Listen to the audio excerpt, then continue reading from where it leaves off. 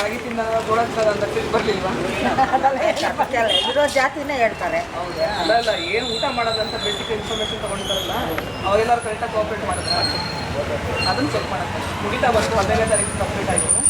So ಅದಕ್ಕೆ ಒಂದು ಎಲ್ಲ ಕಡೆ ಬಂದಿದ್ದಾರೆ ನೋಡ್ಬೇಕಲ್ಲ. ಸ್ಪೀಕರಿಂಗ್ ಎಲ್ಲ ಮಾಡಕ್ಕೆ ಬಂದಿದ್ದಾರೆ, ಬಂದು ಮಾಡ್ತಾರೆ, ಎಲ್ಲ ಮಾಡಿ ಒಳ್ಳೆ ರೀತಿಯಲ್ಲಿ ಆಯ್ತು. ನಿಮ್ಮದೇ ಫಸ್ಟ್ ಆಗಿರೋದು ಒಳ್ಳೆ ನಮ್ಮ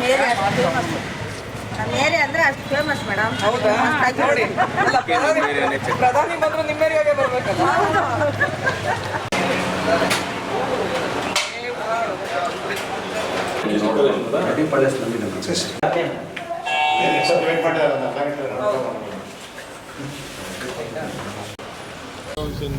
ನೈಟ್ ರೌಂಡ್ಸ್ ಇವತ್ತು ನಮ್ಮ ಜನಗಣತಿ 2026-27 ಹೌಸ್ ಲಿಸ್ಟಿಂಗ್ ಮುಗಿತಾ ಬಂತು. ಈಗ 15ಗೆ ಮೇ ಬಿ 1 ಡೇ ಎಕ್ಸ್ಟೆನ್ಷನ್ ಸಿಕ್ಕಿದ್ರೆ ಸಿಗ್ಬೋದು ಅನ್ನೋ ಹೋಪ್ಸ್ ಇದೆ, ಬಟ್ ಗ್ಯಾರಂಟಿ ಇಲ್ಲ.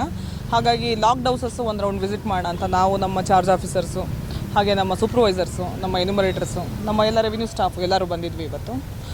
ವಿ ವಿಸಿಟೆಡ್ ಆಲ್ಮೋಸ್ಟ್ ನಮ್ಮ HAL ಭಾಗದಲ್ಲಿ ಸುಮಾರು ಅಪಾರ್ಟ್ಮೆಂಟ್ಗಳನ್ನ, ಹಾಗೆ ಒಂದು ಏನು ಹೇಳ್ತೀರಾ ಈಗ ಇಸ್ಲಾಂಪುರದಲ್ಲಿದ್ದೀವಿ. ಒಂದು ಅಪಾರ್ಟ್ಮೆಂಟಲ್ಲಿ ಕಂಪ್ಲೀಟ್ ಎಲ್ಲ ಹೌಸಸ್ಸು ಲಾಕ್ಡ್ ಅಂತ ತೋರಿಸಿದ್ರು. ಅದೇನು ರೀಸನ್ ಅಂತ ಗೊತ್ತಾಗಬೇಕಿತ್ತು.